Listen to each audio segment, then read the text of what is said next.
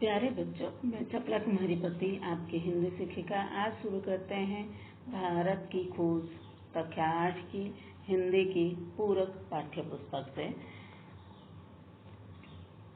इसके लेखक है जवाहरलाल नेहरू और आज हम शुरू करते हैं पाठ तलाश। इसमें नेहरू जी ने यह बताया है कि भारत के अतीत में ऐसी दृढ़ शक्ति रही है कि उसे कोई डिगा नहीं सकता।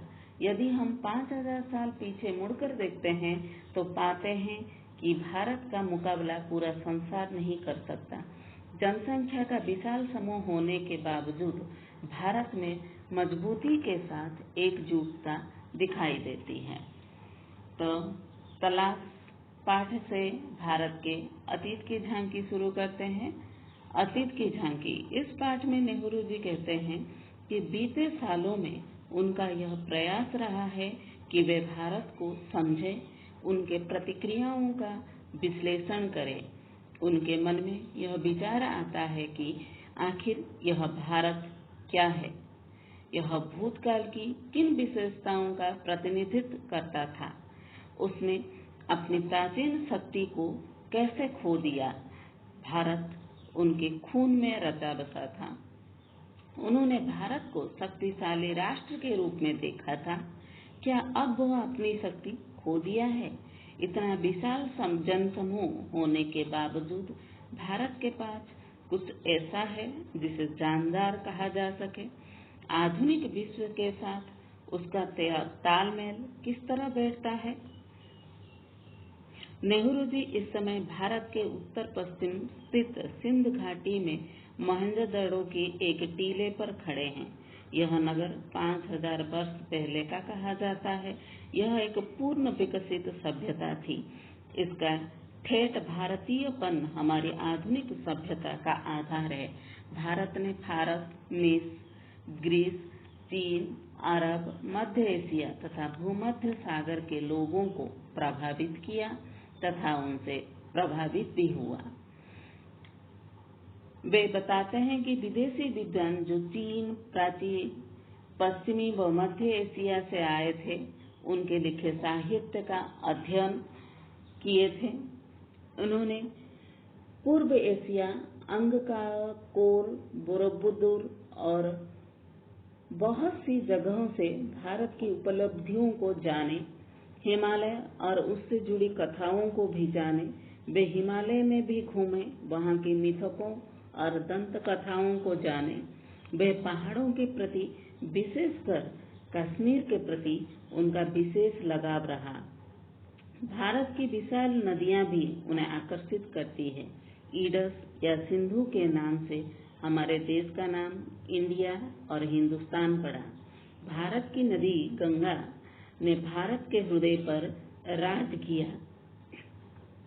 प्राचीन से आधुनिक युग तक गंगा की गाथा भारत की सभ्यता और संस्कृति की कहानी है। भारत के अतीत की कहानी को स्वरूप देने वाली अजंता, एलोरा, एलिफेंटा की गुफाएं व दिल्ली व आगरा की इमारतों ने भी उन्हें आकर्षित और उनके भारत के अस्तित्व से अवगत कराई थी। जब भी वे इलाहाबाद और हरिद्वार के महान स्नान पर्व कुंभ के मेले को देखते तो उन्हें एहसास होता था कि 1000 वर्ष पूर्व से उनके पूर्वज इस स्नान के लिए आते रहे हैं। उन्हें इस बात की हैरानी है कि वह कौन सी प्रबल आस्था है जो भारतीयों को कई पीढ़ियों से इस प्रसिद्ध नदी की ओर खींचती रही है। उनकी यात्राओं ने अतीत देखने की दृष्टि प्रदान की है। उन्हें सच्चाई का बोध होने लगा है। 2500 वर्ष पहले दिया महात्मा बुद्ध का उपदेश जैसे अभी दे रहे हो। अशोक के पाषाण के स्तंभ अपने शिलालेखों के माध्यम से अशोक की महानता बताते हैं। फतेहपुर सीकरी में अकबर सभी धर्मों में समानता मानते हुए मनुष्य की शाश्वत समस्याओं का हल खोजता है। उन्हें प्राचीन भारत में चली आ रही सांस्कृतिक परंपरा की निरंतरता में विलक्षणता साफ वर्तमान धरातल पर सजीव लगती है। भारत की शक्ति और सीमा। भारत की शक्ति और सीमा की खोज लंबे समय से हो रही है। नई वैज्ञानिक तकनीकों से पश्चिमी देशों को सैन्य शक्ति के विस्तार का मौका मिला। इससे वे पूर्व के देशों पर अधिकार कर लिए। प्राचीन काल में भारत में मानसिक सजगता और तकनीकी कौशल की कमी नहीं थी। बाद में इससे गिरावट आ गई। नई खोजों की लालच में परिश्रम की कमी हुई। दूसरों का अनुकरण करने लगे। विकास के कार्य में शिथिलता आ गई। भव्य शिक्षा, भव्य कला और मूर्ति निर्माण का स्थान जटिल पिचकारी नक्काशी लेने लगी। सरल, समृद्ध और सजीव भाषा की जगह अलंकृत और जटिल साहित्य शैली विकसित हुई। विवेकपूर्ण चेतना लुप्त होती चली गई। अंधी मूर्ति पूजा ने उसकी जगह ले ली। इस हालत में भारत का पतन हुआ, जबकि विश्व के पूरे दूसरे हिस्से प्रगति के पथ पर आगे बढ़ते गए। फिर भी भारत की मजबूती, दृढ़ता और अटलता को कोई नहीं हिला सका। अंदर की गतिविधियां बदलती रही, लेकिन पुराने व नई में सामंजस्य करने की इच्छा बराबर बनी रही। इसी लालसा ने भारत को गति दी। पुराने के जगह नए विचारों को आत्मसात करने का सामर्थ्य दिया। भारत की तलाश। नेहरू जी सोच रहे थे कि भारत का अतीत जानने के लिए पुस्तकों का अध्ययन, प्राचीन स्मारकों तथा भवनों का दर्शन, सांस्कृतिक उपलब्धियों का अध्ययन तथा भारत के विभिन्न जगहों की पदयात्रा काफी होगी। पर इससे उन्हें संतोष न हुआ जिसका उन्हें तलाश थी। भारतीय संघर्ष में नेतृत्व के लिए मध्य वर्ग की ओर देखता था, लेकिन मध्य वर्ग खुद बंदी था और अपना विकास करना चाहता था। मध्य वर्ग अंग्रेज ढांचे की पैदाइश था। अंग्रेजों को उखाड़ फेंकना उनके बस की बात न थी। भारत में नया युवा बुद्धिजीवियां सामने आए जो अपने अस्तित्व को भूल गए थे, लेकिन लेखक को ग्रामीण जनता में कुछ ऐसा था जो आकर्षित किया। उसने जितनी उम्मीद की थी उससे कहीं अधिक पाया।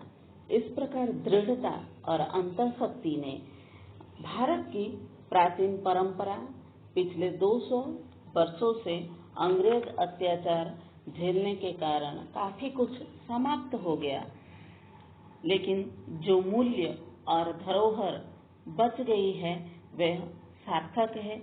बहुत कुछ ऐसा भी है जो निरर्थक और अनिष्टकर है। भारत माता। नेहरू जी जब भी किसी सभा में जाते, लोगों को विशाल भारत के बारे में अवगत कराते थे। यह अलग अलग होते हुए भी सभी को मिलाकर भारत बना है। उत्तर से दक्षिण, पूर्व से पश्चिम तक अपनी यात्रा के बारे में बताते थे। वे किसानों की समस्याओं को, गरीबी, कर्ज, निहित स्वार्थ, जमींदार, महाजन, भारी लगान और पुलिस अत्याचार पर चर्चा भी करते थे। उन लोगों को प्राचीन महाकाव्यों, पुरा गाथाओं और दंत कथाओं की जानकारी थी। लोग जब भारत माता की जय के नारे लगाते, तब नेहरू जी उन्हें पूछते थे कि इसका क्या अर्थ है। इसका उन्हें सही उत्तर नहीं सूझता था। एक जाट ने उत्तर दिया, यह भारत माता हमारी धरती है, हमारी प्यारी मिट्टी है। तब नेहरू जी ने बताया, भारत के पहाड़, नदियां, जंगल, खेत और भारत की जनता। भारत माता की जय का अर्थ है इसी जनता जनार्दन की जय। यह विचार उनके दिमाग में बैठता जाता, उनकी आंखें चमकने लगती। भारत की विविधता में एकता। भारत के लोग के खान पान, रहन सहन, पहनावे, भाषा, शारीरिक व मानसिक रूप से विविधता झलकती है, पर भारत देश एक है। पठान और तमिल दो चरम उदाहरण हैं, फिर भी इन पर गहरी छाप भारतीयता की है। प्राचीन चीन की तरह भारत अपने आप में एक संसार थी। यहाँ विदेशी आए और यहाँ ही जब्त हो गए। विदेशों में भारतीय राष्ट्रीय समुदाय के लोग एक साथ रहते हैं।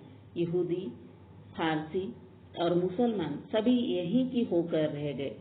वह किसी भी धर्म का हो, वह अन्य देशों में हिंदुस्तानी ही माना जाता है। अपनी मातृभूमि की एक अलग तस्वीर होती है। दूर दूर तक फैले मैदान, उन पर बसे अनगिनत गांव, शहर, जादुई बरसात, धरती का सौंदर्य और हरियाली, विशाल नदियां, बर्फीली हिमालय, फूलों से लदी हुई कश्मीर घाटी, कल कल बहता झरना, सबको सहज कर रखना वो चाहते हैं।